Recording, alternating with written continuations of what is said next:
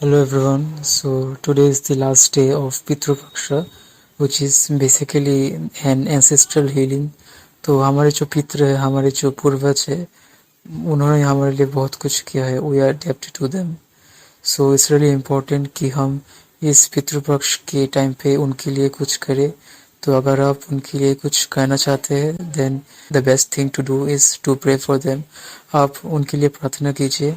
जिस भी भगवान को, जिस भी इष्ट को आप मानते हैं, उनके लिए, उनके निमित्त आप प्रार्थना कीजिए अपने इष्ट को, अपने भगवान को.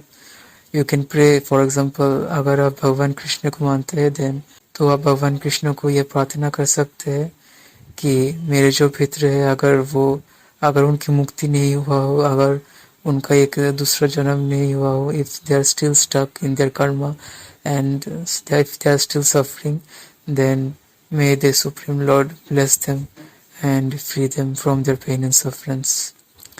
एंड आप ये प्रार्थना कीजिए और इसके बाद आप जिस भी भगवान को मानते हो उस भगवान का नाम जप कीजिए थोड़ा सा. फॉर एग्जाम्पल, अगर आप भगवान कृष्ण को मानते हो देन यू कैन चैंट हरे कृष्णा महामंत्र और ओम नमो भगवते वासुदेवाय. और इस मंत्र को जपने के बाद, इस मंत्र बेसिकली हम जब कोई भी मंत्र जपते हैं we accumulate a lot of positive karmas. तो आप कोई भी मंत्र जप कीजिए और इस मंत्र जप का जो फल है अपनी पूर्वजों के निमित्त अर्पण कर दीजिए. Just contribute that positive karma, that positive merit to your ancestors. Ancestral healing बहुत ही ज़रूरी है. It's a part of ancient spiritual teachings, क्योंकि एंसेस्ट्रल हीलिंग से वी बेसिकली फ्री द डेब्ट टुवर्ड्स आवर एंसेस्टर्स. जो पूर्वज जिनकी मुक्ति नहीं हुआ हो, if they are still in their astral form, तो sometimes they can create problems in our life. And it's not just about being scared of them, but it's more of a kind of gratitude thing. तो ये basically एक अपने पितरों के प्रति एक gratitude show करने का एक तरीका है.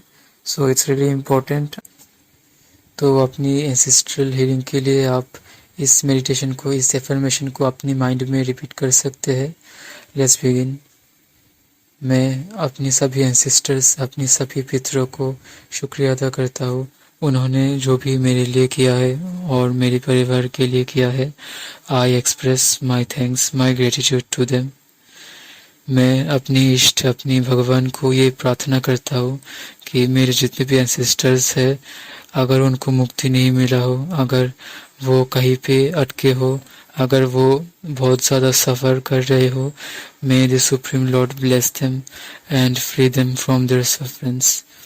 मैं अपने ईश्वर से प्रार्थना करता हूँ कि मेरे ईश्वर उन सभी पितरों को क्षमा करे और उनको अपनी सभी दुख और सभी पीड़ाओं से मुक्ति दे.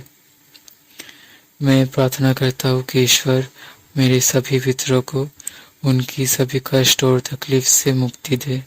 तो बेसिकली मानव जीवन है, इट्स ए ह्यूमन लाइफ. सभी ने कुछ ना कुछ पॉजिटिव और नेगेटिव कर्मस किए हैं. तो मेरे जितने भी पितृ हैं, अगर उन्होंने कोई नेगेटिव कर्म किए हैं एंड उन नेगेटिव कर्मों की वजह से अगर वो सफ़र कर रहे हैं, देन मैं प्रार्थना करता हूँ कि ईश्वर से कि हो सके तो ईश्वर उनके बुरे कर्मों को क्षमा करे और उनको उनकी सभी दुख और तकलीफ से मुक्ति दे. मैं प्रार्थना करता हूँ कि ईश्वर मेरे जितने भी पितृ हैं, अगर उनको दूसरा जन्म नहीं मिला हो, then may the lord give them a human birth in the next life. May their soul rest in peace. May their soul rest in peace. May their soul rest in peace. तो आप इस दिन अपने पितरों के लिए, अपने ancestors के लिए इस मेडिटेशन को कीजिए. And it's a great service. ये एक सर्विस टू अदर्स भी है. सिंस हम एक एसेंशन जर्नी में है, एक न्यू अर्थ, एक न्यू डायमेंशन में हम एंटर करने वाले हैं. It's really important to be in service to others. And अपने पितरों के लिए प्रार्थना करना, अपने पितरों के लिए कुछ करना, ये भी सर्विस टू अदर्स में ही आता है. सो आप you can do this service to your ancestors. It's really important in this time.